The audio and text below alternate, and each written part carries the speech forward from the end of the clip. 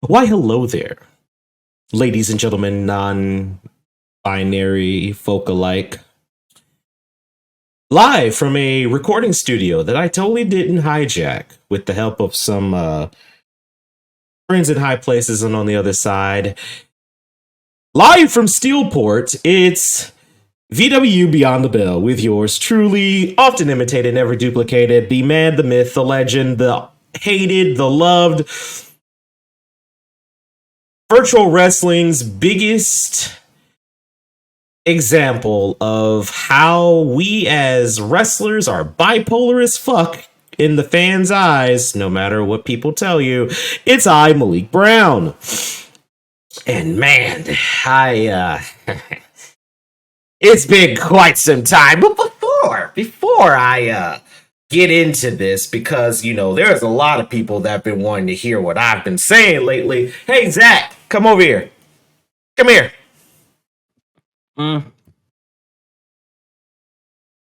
There you go. Sorry, you caught me in the middle of eating a cupcake. Wait, where the hell you get cupcake at? Bakery down the street. Figured if we were going to be here a while, might as well.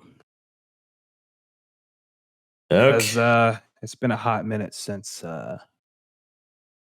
we've been in the same place to talk about things we really shouldn't have to anymore, but people just love to keep getting it wrong. Yes. Because that's the thing that I've been quiet on for the last couple of, the last month or so, quite some time. I've been pretty quiet on a lot of things.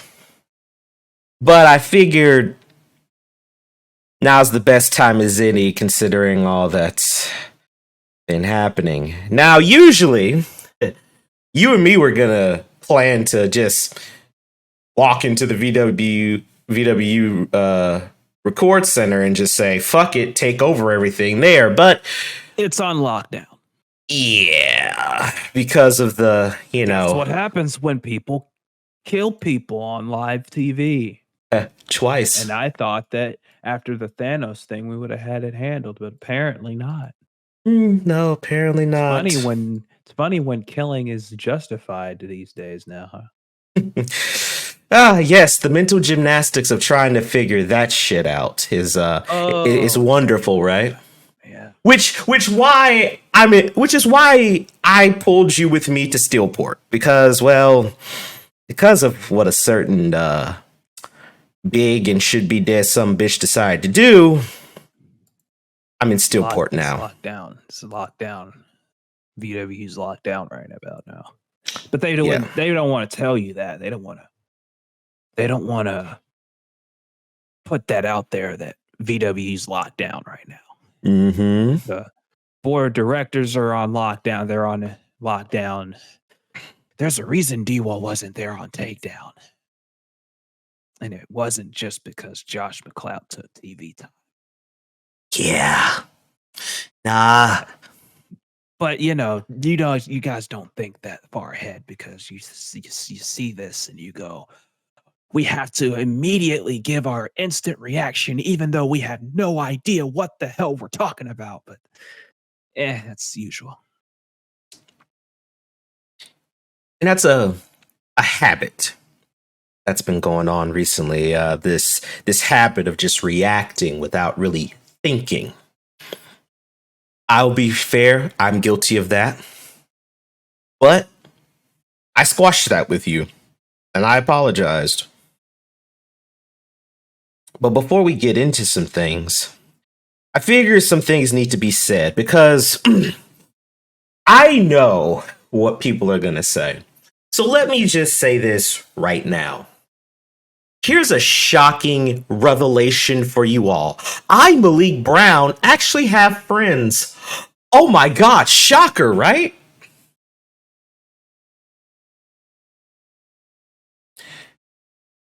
And those friends may have a problem with other people that I acquaint or I am with. For example, I know you don't like Jamal. You have your reasons for not liking Jamal. Just like Zahia has his reasons for not liking Jamal. But Jamal, I respect, and he is a friend. A friend who, when I had an episode and I was about ready to say fuck it and go nuclear again with no care of my life, what was going to happen to me, or what bridges I was willing to burn again, like purposely burn this time, he came up to me and said, let it go. I'm here for you. And as far as I'm concerned, that is a man that I respect and is family to me. Just like how Zach, we've had our differences, we've had our ways, but you're family to me. Hell, Nice. Yes. That's real sweet. But I know but you got to have those people.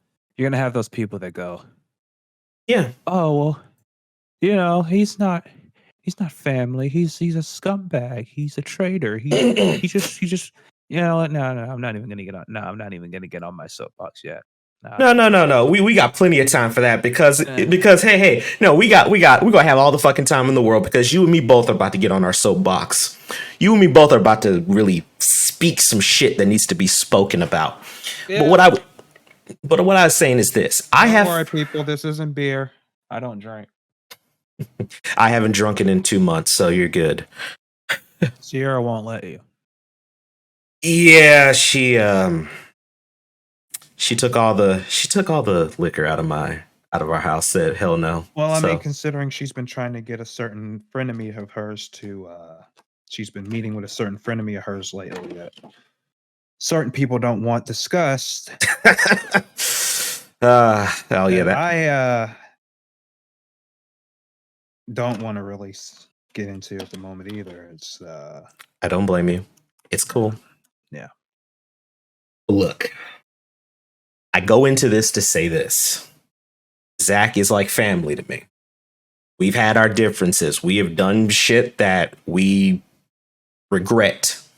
Like eating this cupcake. Yes, because I was going to tell you, since we are in Steelport, you're going to have to be very fucking careful what you eat around here. I know. They assured me there's no, what's it called? Drugs. Yeah, thank God. Raditz. He's a hard ass, but he has grown to be somebody I can trust. Sly has grown to be someone I can trust, and I can consider him that too. Claudio, very same thing. And no matter what that big Samoan wannabe some bitch want to tell you, I respect Claudio.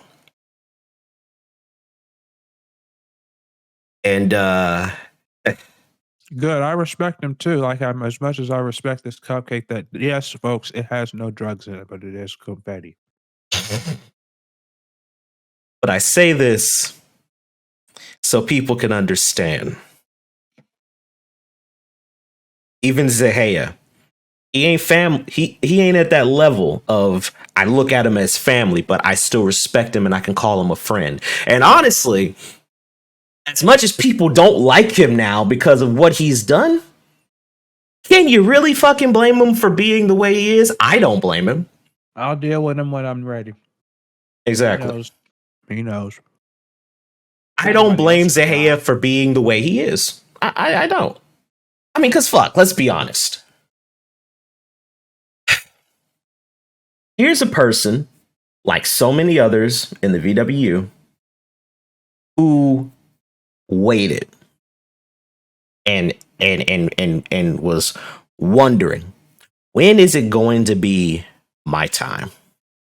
How long do I have to watch people after people that I know I can wipe the floor with get chance after chance after chance, and here I am wondering whether or not I'm gonna even get one world title opportunity in my own fucking company, let alone the VWU. When is it my time? I can understand that. Because here's the thing about Zahia Steele before he was VW World Champion. He was one of those people in that very big fucking list of individuals that were like, damn, he should be on the VWU more often. Damn, he should be going after the championships more often. Why isn't he in this predicament? Why isn't he is in the picture? There's a lot of them.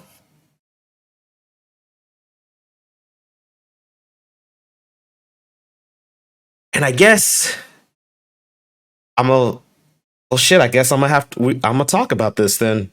I guess I'm gonna have to say it because I figure it should be said by somebody who when you think of the VWU, you think of him. You think of the guy talking to you right now, the one in front of the camera. You think of me when you hear VWU. Because in spite what the board of directors before Wayne, and hell, even before Taggart was in power, in spite what that revolving door of the board of directors wants you to believe or not believe, I was never the fucking pick to be who I am. I am the face of the VWU in spite of all the decisions that were made, in spite of who they really wanted to be the flag bearer. I was the face out of spite.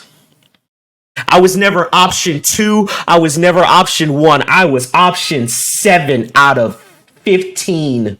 And that may not be much, but to me, that's insulting.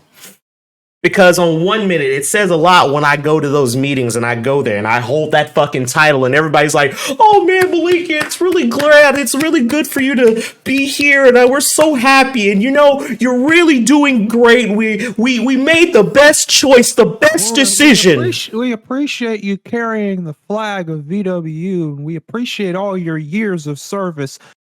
To me, years of service sounds like a participation trophy. Yeah. When somebody tells you, we appreciate your years of service.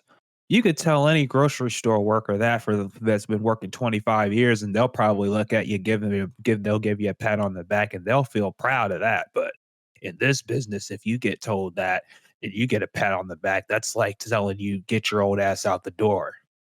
We're just waiting for the right time to kick it. And that's been the story of my career, even before I even hit my fucking 30s. That's been everybody. And see, that's the thing. I was never the VW's first fucking choice. And I know a lot of you going, well, you were the choice now. You're a 2-time VW world champion. Shouldn't you be grateful of that?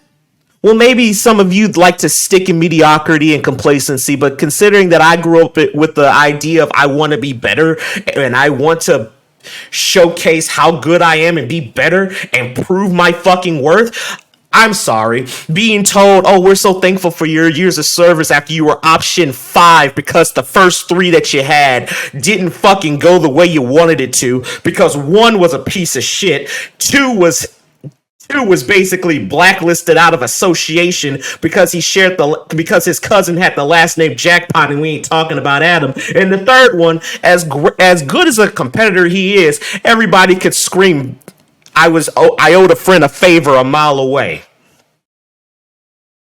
So you chose me out of those options. Because, hey, here's the thing, even then, I wasn't even chosen. You want to know something? They weren't even going to choose me then. They would choose somebody else. They would choose 3 other people. But when I finally got that world title, oh, people were happy about it. Oh, no, the fans were cool. Everybody's like, yeah, Malik Brown, VW world champion. Blah. They sat there trying to figure out the next month how my belt was going to be taken off of me. And who could be the guy to take that belt off of me? Who's the next guy that we'll pick to say this guy is the guy that can beat him? Not will beat him, but we think he can get beaten because we gave him that participation trophy just so he can shut up. so you can Because stop getting in the way and handle our business.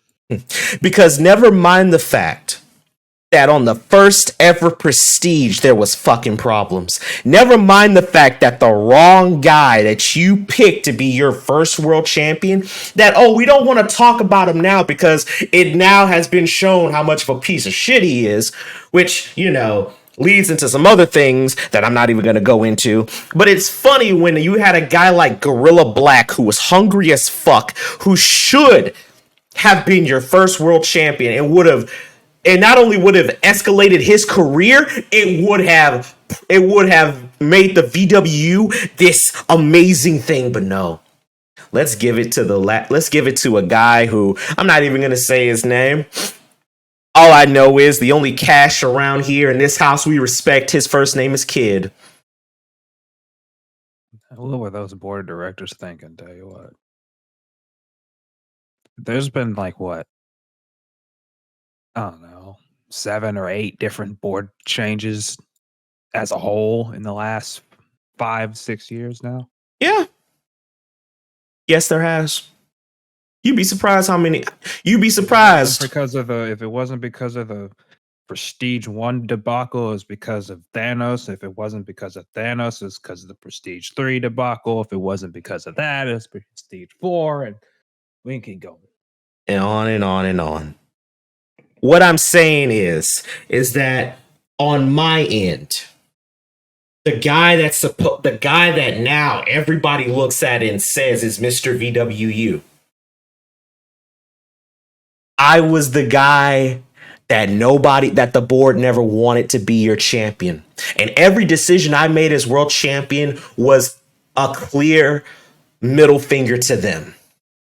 Hell, even when Brett Haskins stole the fucking title, I wasn't mad at Brett. Because to me, Brett was like every fucking body else who was sitting there in fucking catering, watching people that they know damn well didn't deserve to be in the spots they were in, getting shots. Maybe I should go a little bit deeper for this. Okay, let's go like this. For every Trixie Decker, Beryl Bedlam, even though Akira has won even though Akira is a Queens of Wrestling champion and has been prolific in the VWU, I'll put her in there. Carmen, even though she's won matches and she's been in the VW, I'll put her there. Priza, for every one of those girls, there's always a Lodestar Luminous. Oh, we're gonna go there, huh? Okay. No, fuck it. Yeah, no, we're going there. If we're gonna go there, we might as well just throw this out there. If it wasn't for that, half this shit wouldn't be going down with Trixie, with Carmen, with mostly those two. Maybe Beryl too, throw her in there. Mm-hmm. We wouldn't be in this situation. We wouldn't. And you know what? I'll go further for the men. Even though Steven Zane got to be the Heart Gold champion, if it wasn't for Jamal saying, fuck you, I'll defend this belt for whoever I fought and I'm going to give this guy a chance. For every Steven Zane, TJ Kennedy, Gorilla Black, Zahea Steele, even though he's the champ now, but back then, nobody ever gave him the fucking look.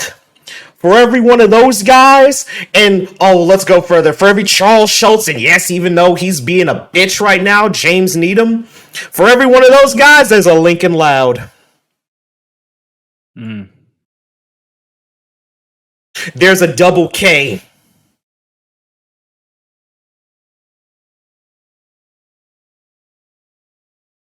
There's always one of those guys that tries to take the story of the guy that struggled and bitches and moan about how they don't get the ample respect and chances to be showcased, yet they're on a showcase show. If it's not the actual people, the men and women who bust their ass, bleed buckets every fucking night, that don't get appreciated or noticed. It's always the fucking snakes and the leeches that looks at what those guys go through and imitates their struggle and their strife.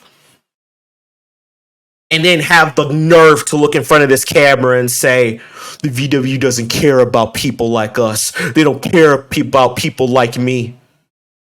Yet here you are, yet there you were, just had one of the best fucking matches in your career. A match that made you a name, and you want to start saying that.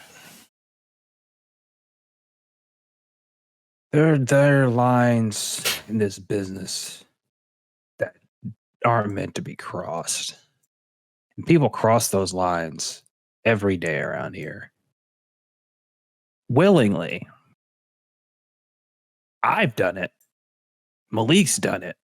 Mm-hmm. But the difference between us and all of you, or at least most of you, the majority of you, is that when those lines get crossed, we admit that we've crossed those lines. It doesn't matter if people say that we haven't said it. It doesn't matter if people say that we don't admit it.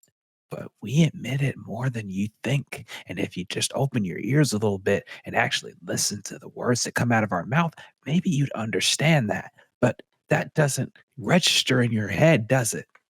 No, it doesn't, because you all want to believe what you want to believe. You want to control this narrative. Answers. You want to get answers out of the weeds that you yourself cut down. You want to get answers where there are no questions to be answered. You demand answers that were already answered. But why? Why do you want those answers? What's the real purpose of getting those answers? Is it for the overall goal of VWU? No. It's not. No, it's not. It never was. It's about you. It's about yourself. It's always about yourself. Everyone is selfish. I said it months ago. Everyone has egos, but nobody wanted to listen to me. Nobody wanted to hear really what that meant. Everyone tried to cherry pick and pick apart exactly what that meant, as if I was being malicious, as if I was being hypocritical about myself, when in reality, I was telling the truth. And look around you. Look at everyone around you right now. Look at what everyone around you is doing to each other, doing to other people.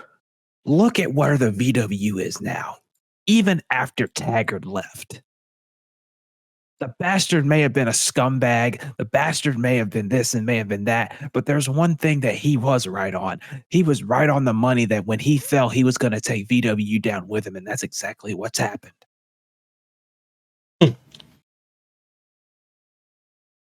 And none of you can see that. No. None of you can see. You see the light at the end of a tunnel that's getting narrower and narrower every single week. And you do nothing about it but lay in your beds wondering what's going on. You hide behind your Twitter keyboards and you keep typing about change, but never do anything to have change and bring change and to facilitate change. You never do anything about it. And then you bark and you yell and you scream and you holler as loud as you possibly can and say, Zach Stone doesn't care about the war. Malik Brown doesn't care about the war. They just care about each other. But yet I'm over here and I'm fighting my heart out and I'm fighting my soul. Oh, yeah, sure you are. When? What a great job you're doing, fighting for VWU and fighting for the good of everybody, except the only good you're trying to fight is getting a world title that you feel screwed out of by a corrupt general manager, and that's the only reason you want my belt. Yeah, let's dissect that for a minute, shall we? The only reason that I care about VWU is because a corrupt person named Gnarly Anderson that tried to take over my company, and now I'm going to hunt him down to the ends of the earth. It's not about Blood Trail. It's just about Gnarly Anderson. I just want Gnarly Anderson dead. I want Chris McClain dead. I want this one world title that I'll have plenty of time to go after, even if it's not Zach, but it has to be Zach. It's only Zach. I only want it to be Zach that I beat, because he's the one I need answers from, even though I already got those answers 6 months ago, 8 months ago, a year and a half half ago, but I can't stand it. I need it. I need it. Yeah, sure you do. You know, if you change the characters of this story, damn, it almost sounds like Cody Hagen.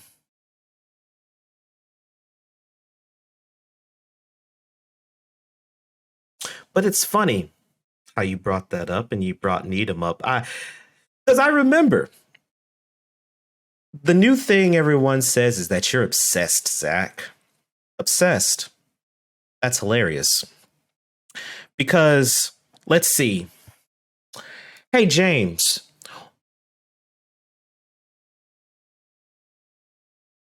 You do realize that your obsession with Chris McClain and Arcan not only screwed Claudio out of the world title at Revelations, but you almost lost our world title on DCA because of your obsession.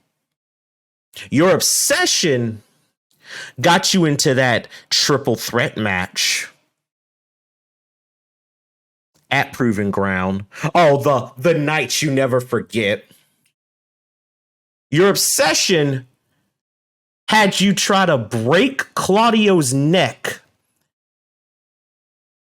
Which, by the way, Claudio is justifiably angry for feeling that way since, you know, you fucked him out of the world title and the company out of a world title. Your obsession with being champion, not because it's your destiny, not because in some really convoluted way you feel like that belt is going to be your validation for all the shit you've done. No. It's to stick it to Chris McClain. That's why you want to be world champion. You want that world title because you just want to stick it to Chris, not because of your career. But Zach's obsessed. Hey, James, here's a better question. Maybe next time you should use that head of yours and actually fucking think instead of doing what your brother usually does and parrot somebody that you like. For example, you're just parroting the same shit Jamal said, who in his mind, he is speaking from his mind, not some other shit some people said. But since Proving Ground was brought up, I guess I'm just going to have to say it one more time. Because apparently, right, both Hit and James think I'm hiding something. Okay, let's go down it again. I did what I did. Oh, get closer to the mic so he can hear this, because you know he has that selective hearing. So yes. Let me. Get a little closer, because you know he's gonna cherry pick this afterwards. He's gonna hear this and he's gonna go on Twitter and he's gonna rant and yell and scream. So you're gonna have to speak. You're gonna have to make sure he hears this. Oh yes. Okay. Here we go. There were people that Kenshiro hired to come in and disrupt the show and cause bodily harm, if not maiming, anybody that was in that match, and they were going to steal the belt and do God knows with it, while Kenshiro came out and he was going to declare this war on DCA to begin.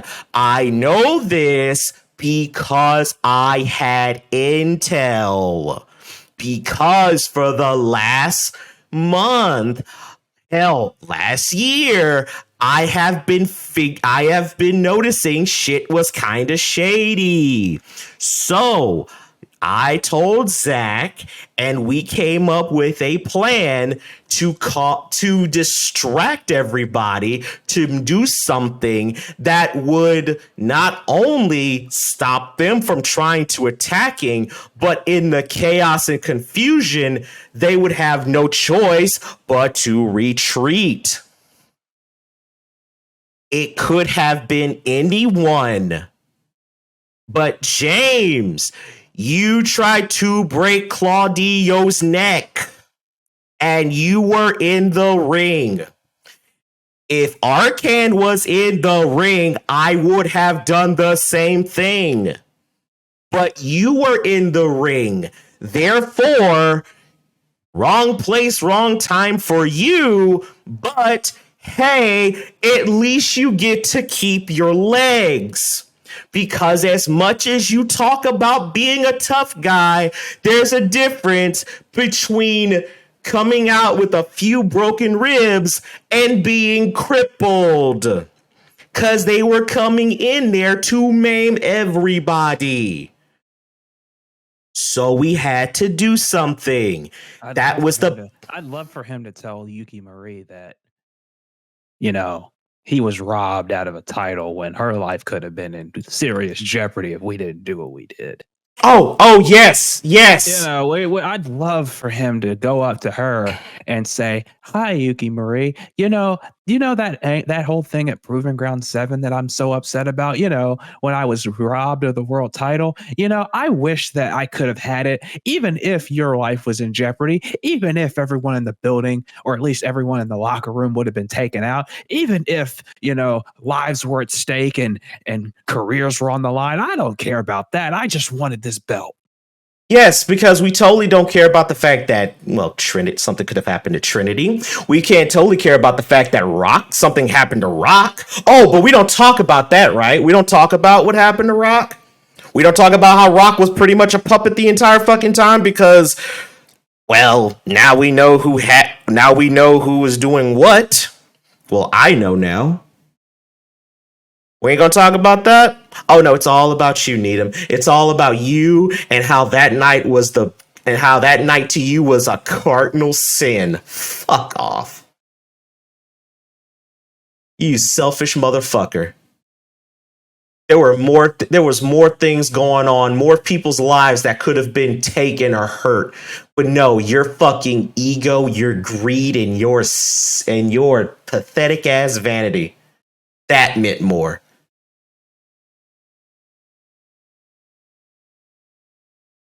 And Zach and me have an ego, huh? Zach and me don't know what I'm talking about. Zach and me don't know the truth. Okay. You know, it's funny because I thought that in this business, wanting to be the world champion was everybody's goal. That if you're not here to be a world champion, then you shouldn't be in this business. Yet, when I care about my belt that I worked hard to get, and I know you're going to hear this and go, you worked hard. You were handed the world title. That I have busted my ass to be the franchise player of this business. You can love me or hate me all you want, but when I get in that ring, nobody can touch me.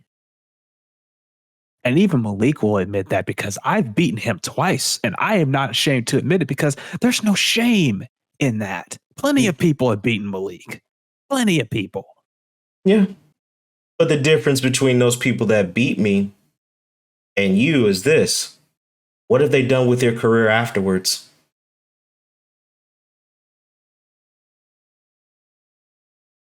When people think of DCA, they think of me. When people think DCA World Heavyweight Champion, they put my name on that list first. When people want a 5-star match, they don't look to Sly Cooper. They don't look to Claudio Dragonheart. They don't look to Jamal Bedlam. They don't look to you, James Needham. And guess who they look to? They look to me. How many matches can people honestly look at you and say, I remember that match? You know the only one I can think of? 2. I can think of 2. Your match with Charles Schultz in Forsaken and your match with the Heretic from Prestige. Those are the only 2 matches that I'm pretty sure people can name on one hand that were memorable enough to say, damn, I remember that James Needham match. And guess what the difference is between my matches and those matches? All your matches have weapons. All your matches have blood. All your matches have stipulations. All those matches have barbed wire. All those matches have tables. All those matches have chairs. All those matches have ladders. All those matches have life or death situations. Mine, it's just pure skill. I don't need a weapon. I don't need to bust my head open to make a statement. I'm not knocking hardcore wrestling. I'm not knocking deathmatch wrestling because that is an art form in and of itself. But you mean to tell me that you have to be validated of some kind if just to feel good about yourself by beating me? Has it ever occurred to you, Needham, that you've already been validated as it is? More than some people. Let's think about it for a minute, Needham. You've been in almost every single promotion that VWU has to offer right now. You were one of the headline names at Call All Stars this year in a tag team title match. Your brother has been one of the voices of this business for years now. Your name, your family name is up there in the echelons of VWU. WWA is one of the top promotions in this whole collective. And you, James, while we have our differences, I can admit that you are one of the greatest wrestlers going today. You've got the talent. You've got the skill. You've got the heart. You've got the passion. But what you don't have is self-fucking control. And you've never had self-control. You've never known when to back the fuck up and let other people handle the load. You've never been able to back the fuck up and realize when you're stepping over the line. You've never been able to back the fuck up and realize, oh shit, I fucked up. I need to take a step back. At least I've done that before. But people want to say I run away. Let me tell you the truth about Revelations for a minute. I have had injuries that I have been hiding from every single person in VWU for months because I've carried VWU on my fucking back, by the way, and DCA on my back, like I always do. I was going to take some time off anyway after Revelations to get my body right, to get my mind right, especially after what happened with a certain somebody in my life that used to be in my life that a certain pixie knows about. But what happened? Blood Trail took advantage of it and took me out. But guess what? Everyone said after that, oh, Zach Stone is running away again. Zach Stone is running away from the war. He only cares about the war. That's all he cares about. Did you ask me? Did you ask me what's wrong? You know who asked me what's wrong? Malik. You know who else asked me what's wrong? Trixie. Big shock, isn't it? Kenshiro.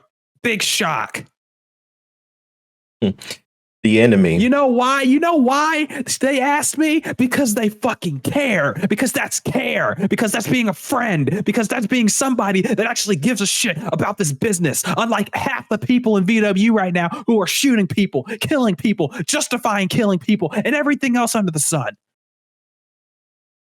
You got a woman like Trixie who's been hurt, who's been manipulated, who's been lied to, who's been cast out time and time again. And all she ever wants is for one person to go up to her and say, how are you doing? Instead of always saying that she's a monster, always saying that she's just a pound explode. Every single time, that's all she ever hears. And guess what it reminds her of? Her fucking childhood. Which I'm sure she doesn't want that let out, but somebody's got to say it. All she wants is for somebody to go up to her and say, how are you? But yes, she's called a monster. No wonder she wants to kill everybody. And no, I wouldn't say kill everybody. That may be a little bit too far. She wants to hurt people now. She wants to hurt people. That loving, caring, oh, let me make lewd jokes on Twitter. Let me post some lewd photos on Twitter and make everybody all happy and excited. No, that's fucking gone. Because of you. All of you, even me. I will admit, I fucked up. I fucked up with her. But at least I have the balls to risk my life and risk my career to actually make it right. But none of you would do that. None of you were doing that shit. Not to me, not to Carmen, not to Malik, not to anybody, not to Trixie. And then you wonder why VW is the way. You wonder why people change. You wonder why people change. Because you changed them. But you don't want to hear that. You don't want to hear the fact that the only person, the few people that actually can treat Trixie with some sort of respect is Vin fucking Taylor of all people. Vin Taylor, a man who has sacrificed his body for years for the sport of this business, that was never understood by any wrestling promotion, which is why Battle Pro is the only company that would ever hire them. The only company that ever had the balls to hire Vin Taylor were two, Battle Pro and IPW. And the only reason IPW isn't standing right now is because of personal shit that I don't want to get into, because that's his business, not my business. And he, along with me and a few short list of other people, are the only ones with the balls enough to go up to that woman without fearing for their life and say, "Are you okay? How can I help you?" But that's just a lost art form in VWU now, isn't it? Actually giving a shit about somebody. But we don't care about people. I don't care about people, huh? But I'm selfish. But I only care about the world title. Let me tell you something about the world title. When you are the world champion, you are the top of this business. That represents everything that you are, everything that you've worked hard for, everything that you strive to be. If you're not here to be the world heavyweight champion, if you're not here to be the top man in the game, then you shouldn't be here. You should be gone. I strive to be the world heavyweight champion. I strive to be the man in this business because that is who I believe I've been for the last 6 years at most. I hit my stride at Revelations 2 when I beat Casey Gordon, and even then, I wasn't there yet, and I knew I wasn't. When I beat Aaron Anderson and I told Takedown to step up, that's when I hit my stride. And then I should have been in consideration for the VW World title, but I have yet to have one single one-on-one VW World title shot in these entire months, these entire years VW's been in existence. Yet you talk about James Needham, you talk about Jamal Bedlam, you talk about Zaire Steele, justifiably. You talk about all these people that have been waiting and waiting and waiting for an opportunity. Yet I have not had one number one contenders match for the title. The only one I had was a fucking over-the-top rope battle royal all the way back at the first Revelations. It took me ending Matt Farrow's career to get a shot at that belt. Feels up to me, it wouldn't have to be that way, but he took it too far with me. Which is the story of Matt Farrow's life. It's the story of VW now. Everybody taking things way too far. Everybody taking things over the line. Everybody taking things way too personally and not realizing when to back the hell up. No, your pride doesn't allow you to do that, right? Your pride and your ego does not allow you to think and realize that you're hurting somebody in the process. It's funny because Zach, you were just talking about heroes. It's almost like people, and it's funny you also say a cherry pick because, hey, guess who decided on his time off he was gonna like spit some soliloquies? It was Zayn himself, and he talks about that heroes and villains don't exist, which got people justifiably upset. But people don't. But yet at the same time, people don't get what he meant by that. Zayn said it in a... See, if anybody ever bothered to really, sit down and hear what Zayn is saying, you would realize that he says it from a cynical and a very pessimistic point of view. Heroes don't exist because heroes die before they even have a chance to spread their wings and show that they're heroes. Heroes and villains do exist. Oh, yes, they do. But the problem is, somewhere down the line, the people start questioning the heroes instead of putting their faith and their trust in them. You can't. Case in point, Oseko. Mm. She's been talking about this Godzilla complex. Excuse me, I still got Gorilla Black on my mind. This Godzilla complex, this Godzilla threshold that she's going to unleash at Condemned, right? Guess who was the first person to call her out on that? Malachi. And said to her, I hope you know what you're doing because you might make things worse. And even she admits that it might be worse off if she does what she's going to do. But it's a risk that she has to take. I wonder why we've gotten to the point now where even the heroes are doing something that might make things worse than they already are. Oh, right. Because there's not many heroes left because they got pushed away. Yeah, they got shoved the fuck out. Like, yes. Let's talk about how you all fucking vilified me, Zach, Atlas, and everybody else in Black November before we even did from night fucking one, before we even did a damn thing. You vilified us. Everybody vilified us. Everybody was saying we were just some old timers, which is an insult because, bitch, I'm 30. I ain't fucking old. Yeah, I remember that. I remember those times where they were like, "Oh, there are these old yellers coming in and trying to steal spots from Claudio and Sly and James and Jamal." And yet it's like, wait a minute. Have y'all motherfuckers forgotten that I am the most selfless goddamn person when it comes to the business, almost to the detriment of my own? Have you forgotten that same selfless person shook my hand and said, "You're the guy in DCA now"? Especially when I spent the better part of a fucking year and a half saying that DCA was the fucking house I built. Because at that time, let's be real, everybody was talking about I'm the face, I'm this, I'm that, but didn't fucking step up.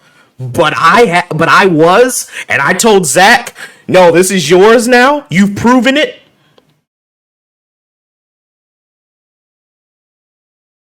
Oh no, here's a better part. Yeah, say that shit to Billy Edmonds.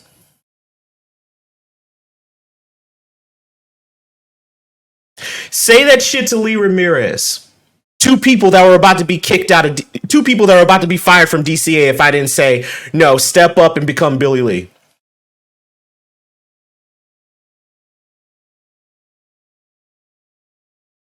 Say that to the fucking Battle Pro roster where half of them now are showcasing their fucking talents.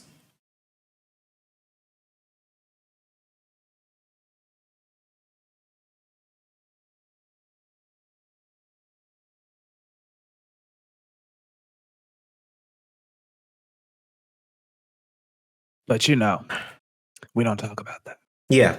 We don't talk about the fact that somebody like me, right, who I'm the guy that's trying to hold on to a position when I have been the person, even when I held a title, never mind world or mid, I was always the second fucking option or no option at all. And I was always a backup plan. Because I chose to give people, because I told myself, I don't want motherfuckers to go through the shit I had to go through. And if they're talented enough, I'm gonna give them the fucking platform by giving them the best fucking match they've ever had. But I was selfish, huh? I was the guy holding down young talent. And y'all believed it. Even the people that so-called knew me started to believe in that bullshit. And Jason, I know you apologize and you were man enough to admit you were wrong, but I'm bringing this up because it needs to be said. For all the shit you said about how me and Zach didn't do anything for the war, never mind the fact that I was trying to build up a fucking army to stop what the hell was going on. Never mind the fact that behind the scenes, I was feeding intel to different fucking people that was feeding intel to others. Not to mention the fact that no matter what you thought we were doing that was scummy and out of character, that was all for design. We had this big grand master plan all synced up and ready to go. We had this huge thing we were going to do that was going to break the blood trail wide open, and all of you ruined it. You wonder why Lightning has regressed back. I wouldn't even say regressed, but Lightning's back to the way she used to be: stubborn, angry at the world, spiteful. You wonder why that happened when everyone and their mother, especially the Needhams, were going, she's not like she used to be. She's not like she used to be. Well, she is now. Look what happened. Congratulations. Now your roster's suffering for it. Congratulations. You shot yourself in the foot again. You wonder why Calvin Richardson and Jacob Cross aren't around right now. You know why? Because you drove them out too. Yeah, Atlas Jones was been one of the only ones holding down the fort for Black November, but not even he wants to put the colors on anymore. I wonder. And Vanessa Price is who knows where. Because she's burnt out.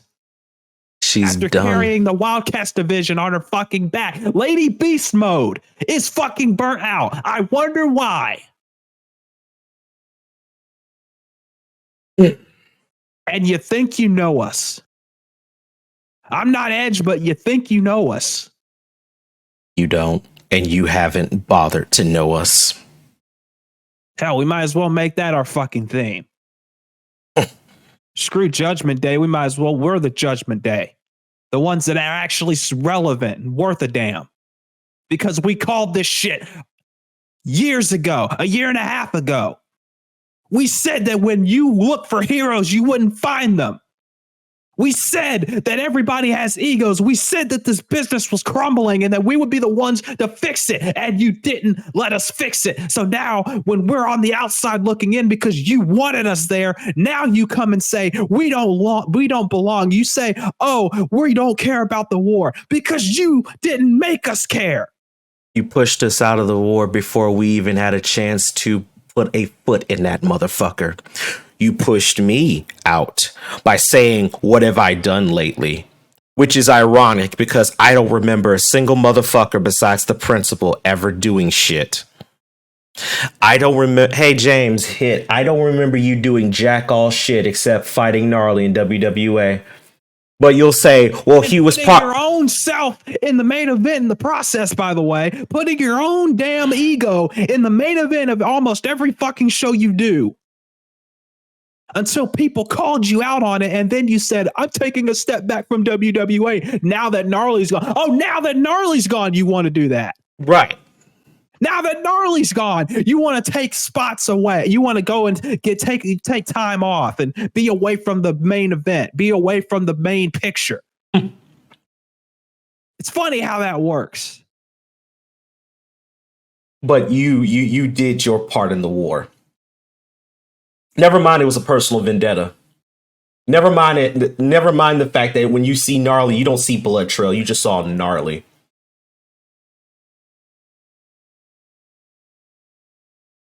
But no. I didn't do anything. Zach didn't do anything. We don't care.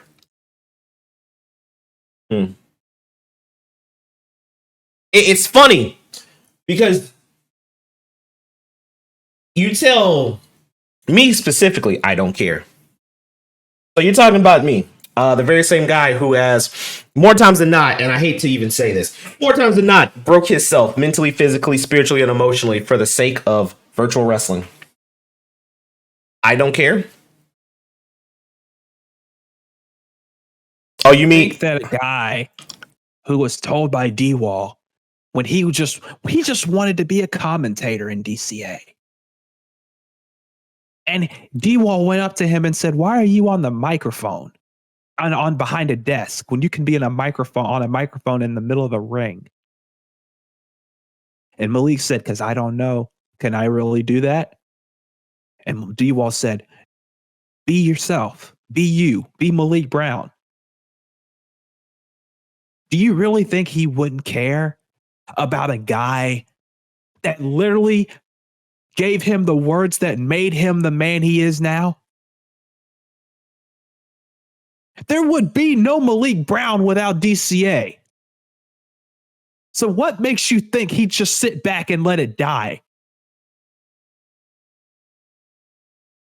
But you don't think that far ahead, do you? No. They don't think about that. Hell, they barely even think about when I lost my fucking mind. When I went beyond when I lost it. It's like people forget why I did it in the first place. It's cute you want to bring up the new industry standards every time and talk about me bringing a new standard. It's funny because it's almost like people forgot I did all that shit to bring the very man that had faith in me back. Even if it meant I lost my head, I didn't care as long as he came back from making a horrible mistake.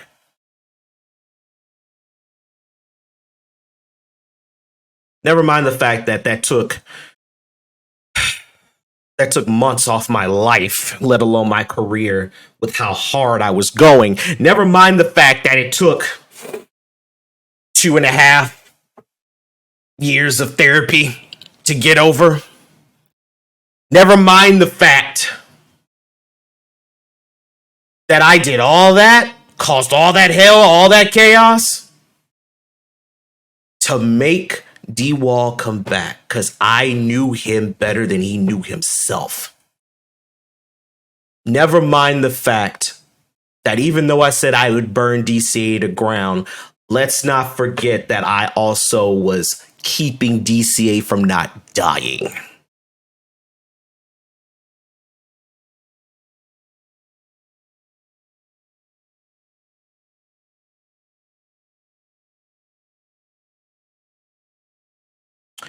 Yeah, the simplest answers come from the simplest questions. If people would just think a little bit.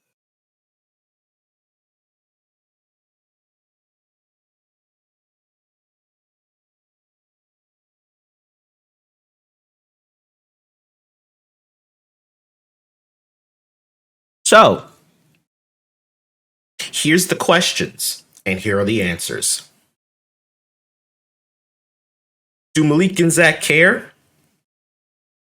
I care. What about you?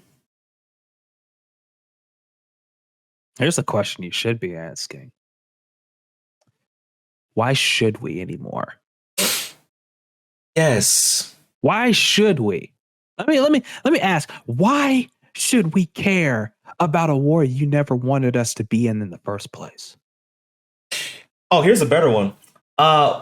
Specifically, why should I care when I handed the majority of you the information you now have? You know who I'm talking about. You know the ones. Who's the one behind the scenes feeding you the intel?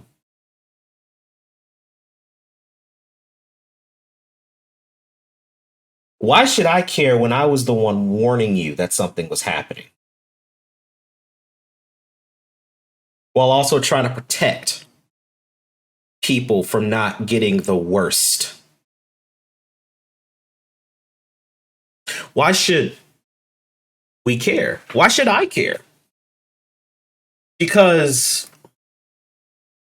you take my silence as a means of, oh, he doesn't care anymore.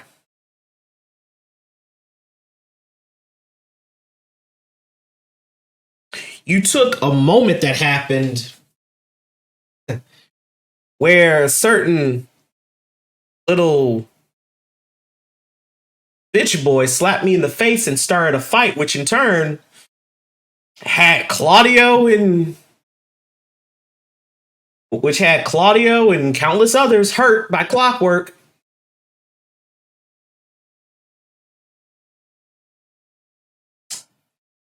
And I have to put my ego aside for the betterment of the war. I Proud to put my ego aside for the betterment of the war. A war, by the way, that could have ended a long time ago. Yeah.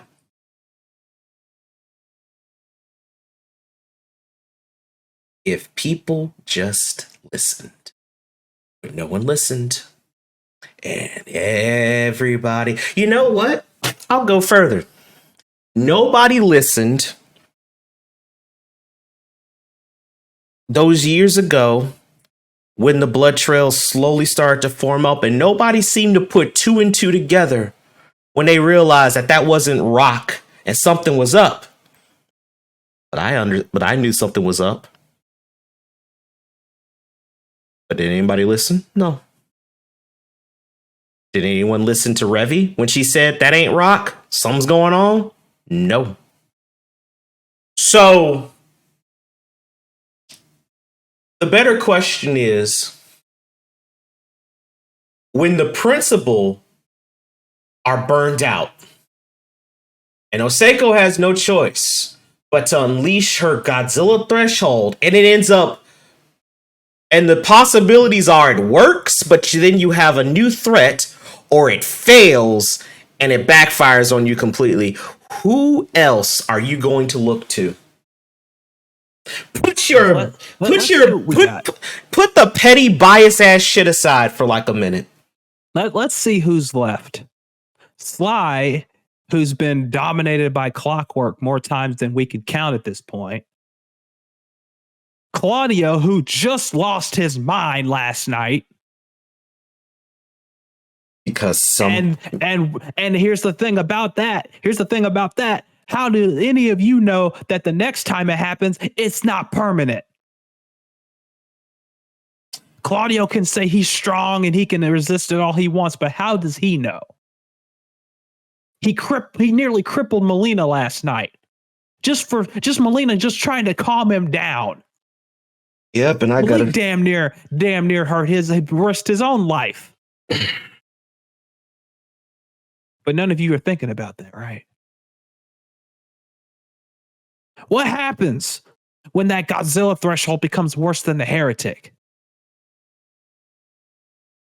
What happens if the blood trail gets its hands on that Godzilla threshold and molds it and shapes it into its own image? Then what are you going to do? Who are you going to turn to? What happens when Yujiro actually snaps and becomes the Yujiro Hanma? Because that's tame now. He's tame now because he's got people to hold him back. But what happens when Kenshiro snaps his fingers and says, do it? Because let me tell you now, Yujiro is just there for his own enjoyment. If he really wanted to, he could end all of them. And he could end all of us without even barely breaking a sweat. But you don't think that far ahead, do you?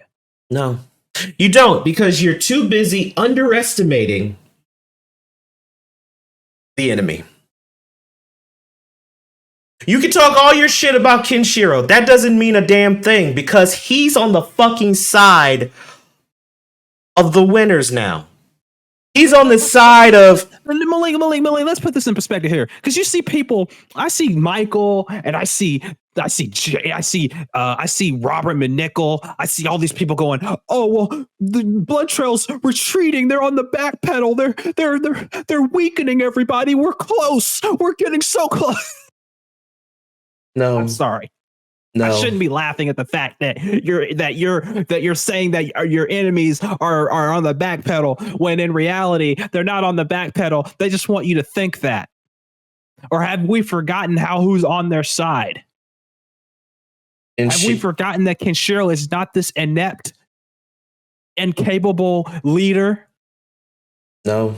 Have we forgotten that he played gnarly for a fool for the last year and a half? Made him believe he had a source of power when he was handing him everything. He gave him everything he wanted only for the benefit of himself and made himself stronger in the process. left him high and dry for the Needhams to take and pick the bones. And now he's picking the scraps in UCWL right now. Because that's all he's got left. As Death, have we forgotten what she's done in ACW? Or is that just glossing over everybody right now? Cynthia, one of the most conniving minds in the history of trainers. The final boss, if you will. But we forget. And Azula, a capable military leader. And then let's not even talk about Tanya the Evil. Oh, yeah, Wayne, your sources are right. Tanya the Evil is coming.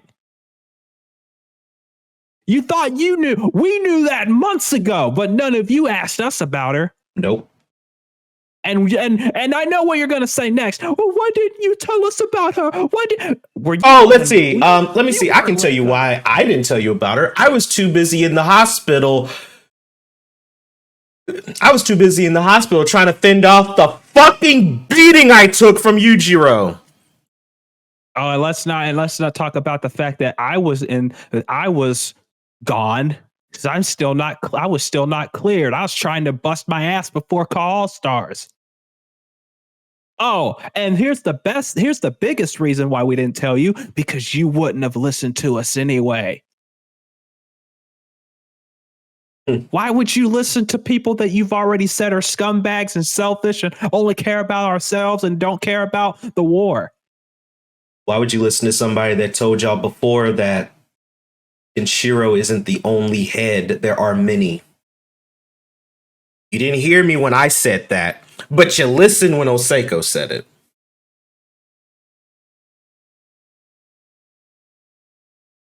it. Yeah.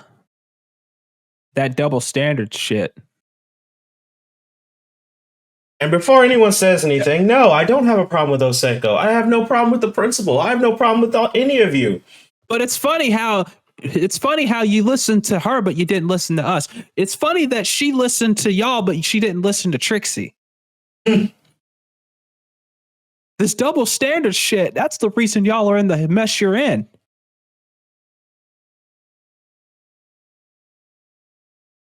So as far as I'm concerned, as far as me and Malik are concerned, we're fucking done. We're done trying. We're done trying to save y'all from yourselves. Because not one of you, there's a certain few out there that are actually listen to us, that have actually come to us man to man or woman to man in Trixie's case, and actually say, hey,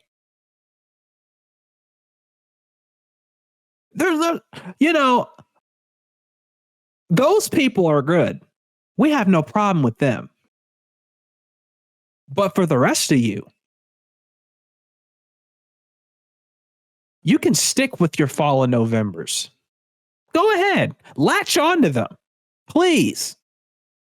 I'm begging you. I'm on my hands and knees. Go ahead.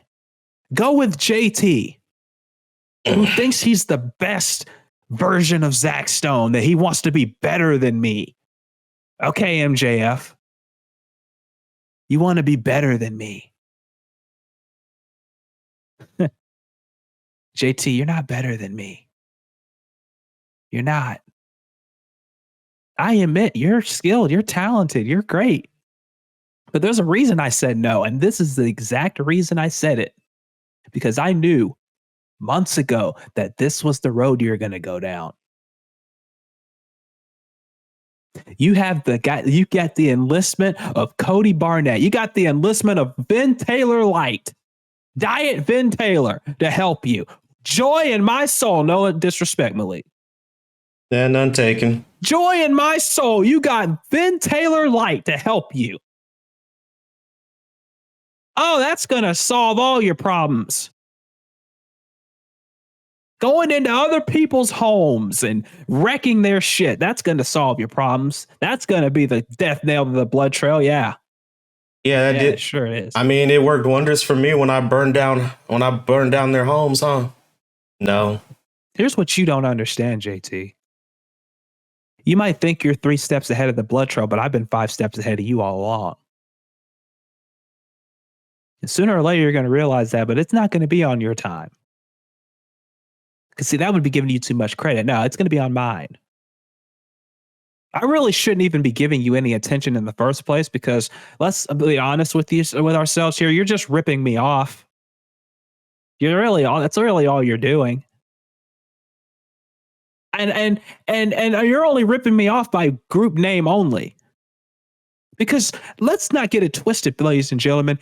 JT Onyx is his own person. He's his own man. He can make his own decisions. He's not Zach Stone Light. He's far from it. He's damn good. He's damn good. But the one thing he's not is me. Because there's only one Zach Stone in this world. And let's be honest, it's better off that way. But you can latch on to him all you want. You can latch on to Fallen November all you want. You can latch on to whoever you want to latch on to and hold on to that ride for as long as possible and hope and pray that something works out to where all this ends. But it's not. It's not.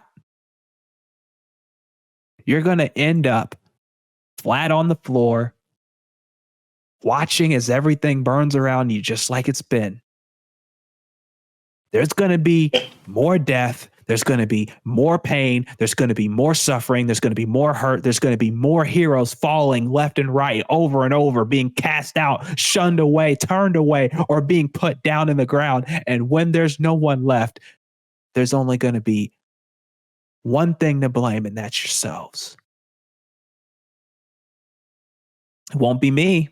Won't be Malik. We've been on the outside looking in because of you.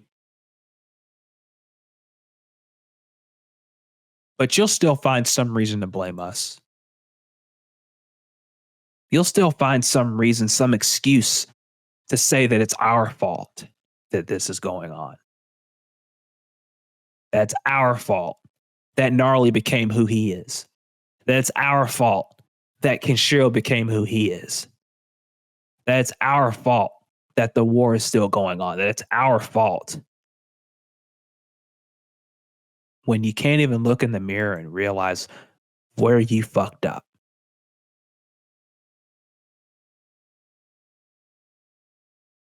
Sad.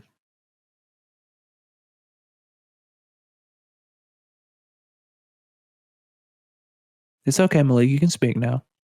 Oh no, I was just letting you get You it. can speak now. I'm sure you got more on your chest than I do. I've been laying on my ass at home. I'll admit, I've been laying on my ass at home because why the fuck did I need to come back here? The only reason I'm coming back is to get Josh McCloud out of my way. And Josh McCloud is somebody I actually used to respect. Probably still do respect him from all the shit he's been through. I know him. I've known him from years, right? When he started in DCA, he's just a commentator, having to deal with C. Carter. Having to deal with, let me make all the sexual related women jokes like I'm 1999 Jerry Lawler in the book. Especially about my wife. Yeah, especially about his damn wife. No wonder he wanted to fucking leave. You hear that about your wife on commentary, you'd want to leave DCA too. And it wasn't just about a deployment or his 2 strokes. That's the only reason I'm going to Redemption. I'm coming back for what's mine. To reestablish myself as the face of DCA. But that doesn't mean that I'm going to be a part of this war that you shunned us out of. Somebody's going to have to come to us with some really convincing shit to actually get us to say, okay, we'll come back. But knowing how prideful a lot of you are, you probably won't come up there. Or you'll give us some bullshit. So it's got to be any convincing. excuse. You'll give us the equivalent of a Brink's truckload of money just to get us to come back and say, bring Black November back, please. You mean the Black November that you shunned from day one? You mean The very same November that you called old timers and put out the pasture? The very same Black November that you still bring up in negativity, not because of just one man and that one man's right beside me. The same Black November that you labeled as part of the blood trail on the very side of us. The very same blood trail that you said Malik was the leader of. I mean, not the blood trail, but Black November that you said Malik was the leader of and not me. Over and over and over again, just out of spite for me. When all it did was just make us laugh because there was never a leader. It didn't just make us laugh. It didn't just make us laugh. It made the blood trail even better. Because they preyed on that. Mm-hmm. They preyed on that, and they preyed on everybody's insecurities about everything that you said about him. And one by one, they cherry picked him, took us all down. But none of you knew that, did you? None of you asked us about that, did you? Nope. Sure didn't. He damn sure didn't play up on a certain somebody's mental headspace and fucked all that up, which led to what happened with Trixie and everybody else. Nah, we don't talk about that, huh?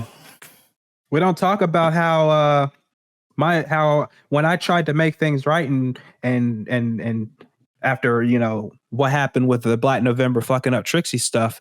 That just led to Blood Trail picking us off one by one even more to where Calvin and Jacob were gone. Vanessa got burnt out. Lightning went back to her old ways. Who else? Malik went into another almost depressive episode, and I got injured.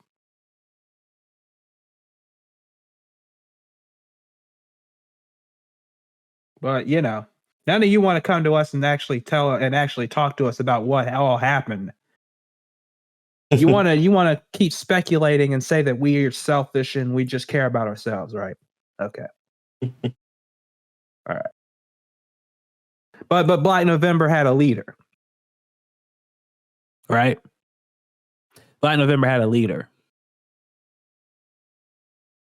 Malik, you want to educate these people? Since they clearly don't know. Black November was a band of brothers and sisters, a group of people with one common goal, and that was to stop the storm that was going to hit not only DCA, but the VWU and wrestling as a whole. And it was also a movement to bring DCA back to how me and Malik remembered it. Yes. We remember how DCA used to be. It was never about factions. It was never about wars. It was never about, sure, we had the change and we had Shazine running around, but it wasn't up to this standard. At least they had class. At least Shazine knew that at some point she had to back up. It was some kind of normality in the old school DCA. There was some kind of healthy level of respect. But now, far, far from that. And we just wanted to eradicate Blood Trail to where we could go back to the way it was before. Not just Takedown, but DCA as a whole. That's what we were trying to do.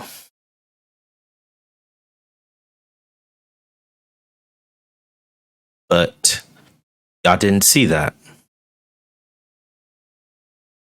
You saw none of that. You just saw what you wanted to see, what you wanted to believe. And yet again, the simplest thing you could have done was ask, and you chose not to ask.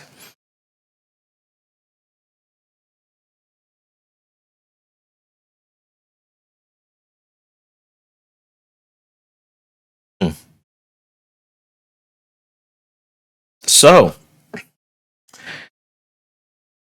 There's nothing for me to give to you. There's nothing for me that Zach can give to you. There's really nothing we want to do for you because you have pushed all of us away. It ain't just me and Zach you pushed away. You pushed Atlas away. You pushed Calvin away. You pushed Jacob away. You pushed Vanessa away. You pushed Lightning away.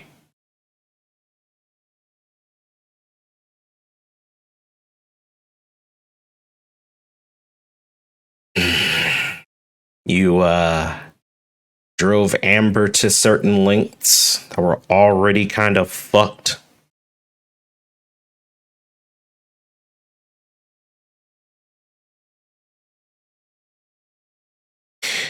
You pushed Carmen away. You pushed Trixie away.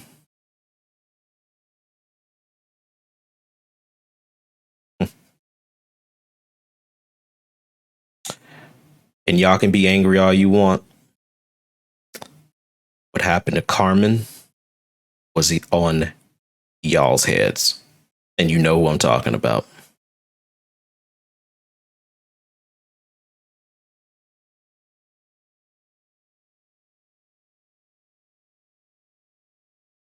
There's certain times where people have to take responsibility. We've done that. Before you say we haven't, there's a difference between taking responsibility publicly and taking responsibility privately to those people that we need to take responsibility to. Just because we don't yell it out to the heavens just for some self-validation or to get your validation from any of you doesn't mean that we haven't admitted what we've done to those certain people. There's a big difference.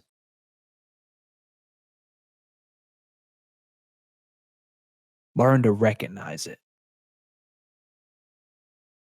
And learn to take accountability instead of screaming that others should take accountability.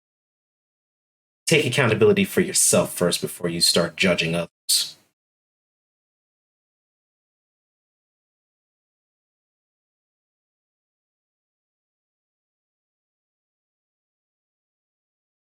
So, like I said, I'm going to give you a challenge.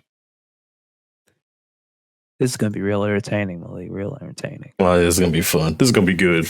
Let's hear it. I'm going to give you a challenge. I dare you to give us a reason and not this bullshit. Oh, it's for the war. It's for this and that. Give us a reason as to why we should even consider doing anything to help any of you.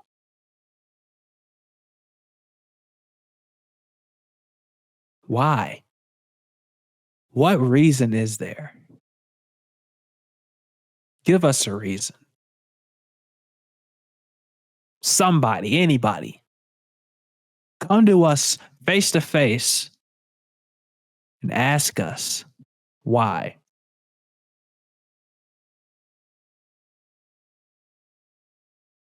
Why? Give us a reason to care. And maybe we'll see. Maybe we'll come back and help. Maybe we'll put our feet to the fire one more time.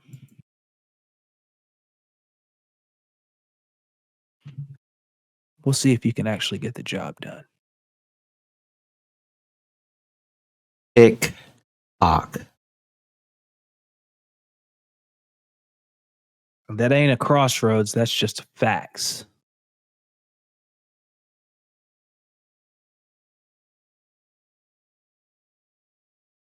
Clock's ticking. It's your move now. We're done. Let's go eat. Yeah, I'm fucking hungry. Ah, shit. There's this tits and grits I passed by over here. Oh shit! I haven't been there. I haven't been there since me and Johnny went there. Let's go. Yeah.